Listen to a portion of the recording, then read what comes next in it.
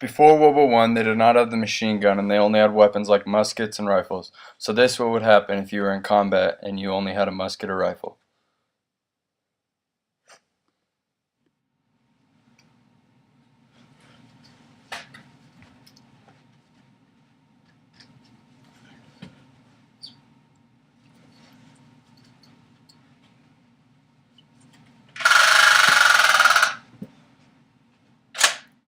Fortunately, when World War I came, so did the machine gun.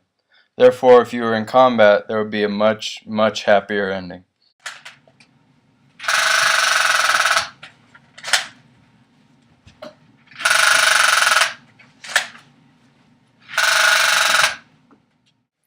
Machine guns inflicted appalling casualties on both war fronts in World War I. Men who went over the top in trenches stood little chance when the enemy opened up with their machine guns. Machine guns were one of the main killers in the war and accounted for many thousands of deaths. This was mainly due to the fact that the machine gun fit very well in the war tactics used in World War I. The infantry charge was often used, so people would barely get out of their trench before they were cut down. The grenade was also a huge weapon in World War I.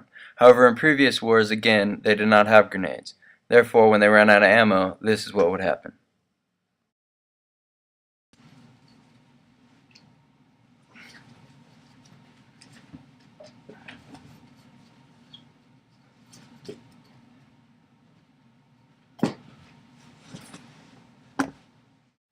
Then, when the grenade finally was introduced, when people ran out of ammo, they wouldn't be stranded, and they could actually stand a chance.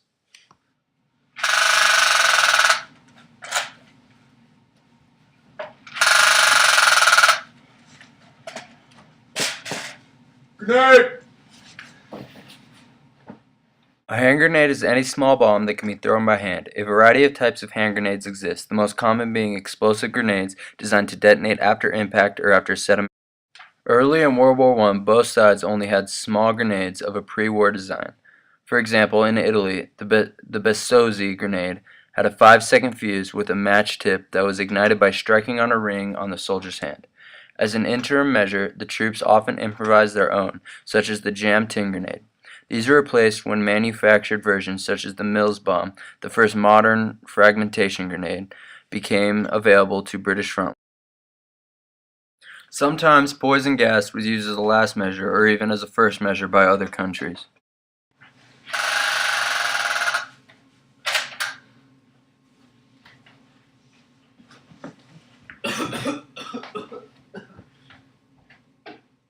Considered uncivilized prior to World War I, the development and use of poison gas was necessitated by the requirement of wartime armies to find new ways of overcoming the stalemate of unexpected trench warfare. In the capture of Neuve-Chapelle in October 1914, the German army fired shells at the French, which contained a chemical irritant whose result was to induce a violent fit of sneezing. 3 months later, on January 31st, 1915, tear gas was employed by the Germans for the first time on the Eastern Front. The debut of the first poison gas, however, in this instance chlorine, came on April 22, 1915, at the start of the Second Battle of Ypres. At this stage of the war, the famed Ypres salient, held by the British, Canadians, and French, ran for some 10 miles and bulged into German-occupied territory for 5 miles. A combination of French territorials and Algerian troops held the line to the left, with the British and Canadians tending the center and line to their right. During the morning of April 22nd, the Germans poured a heavy bombardment around Ypres, but the line fell silent as the afternoon grew. Towards evening, at around 5 p.m., the bombardment began afresh, except the sentries posted among the French and Algerian troops noticed a curious yellow-green cloud drifting slowly towards their line. Puzzled but suspicious, the French suspected that the cloud masked an advance by German infantry and ordered their men to stand to, that is, to mount the trench fire step in readiness for probable attack. The cloud did not mask an infantry attack, however, at least not yet. It signaled, in fact, the first use of chlorine gas on the battlefield. Prior to World War I, if you ran out of ammo in battle, you were screwed.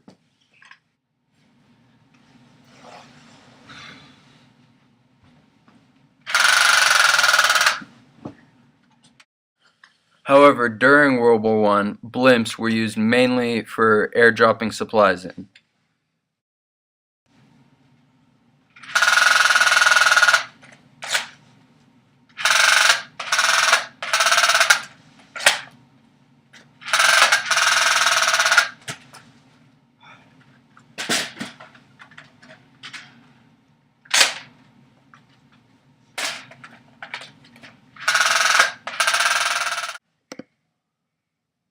World War I saw the development of lighter-than-air vehicles for missions ranging from surveillance to bombing or even dropping in air supplies.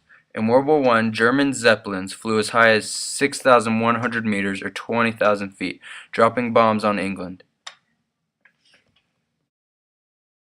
Before World War I, soldiers had to walk everywhere they went, so if they faced a huge obstacle, they could not get around it.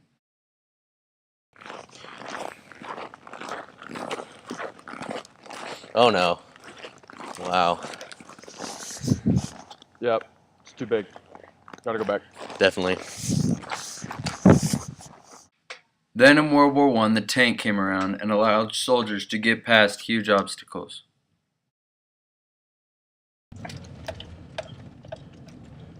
And that snowbank looks pretty big.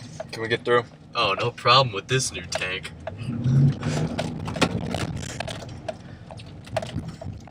World War I proved a testing ground concerning aspects related to modern warfare.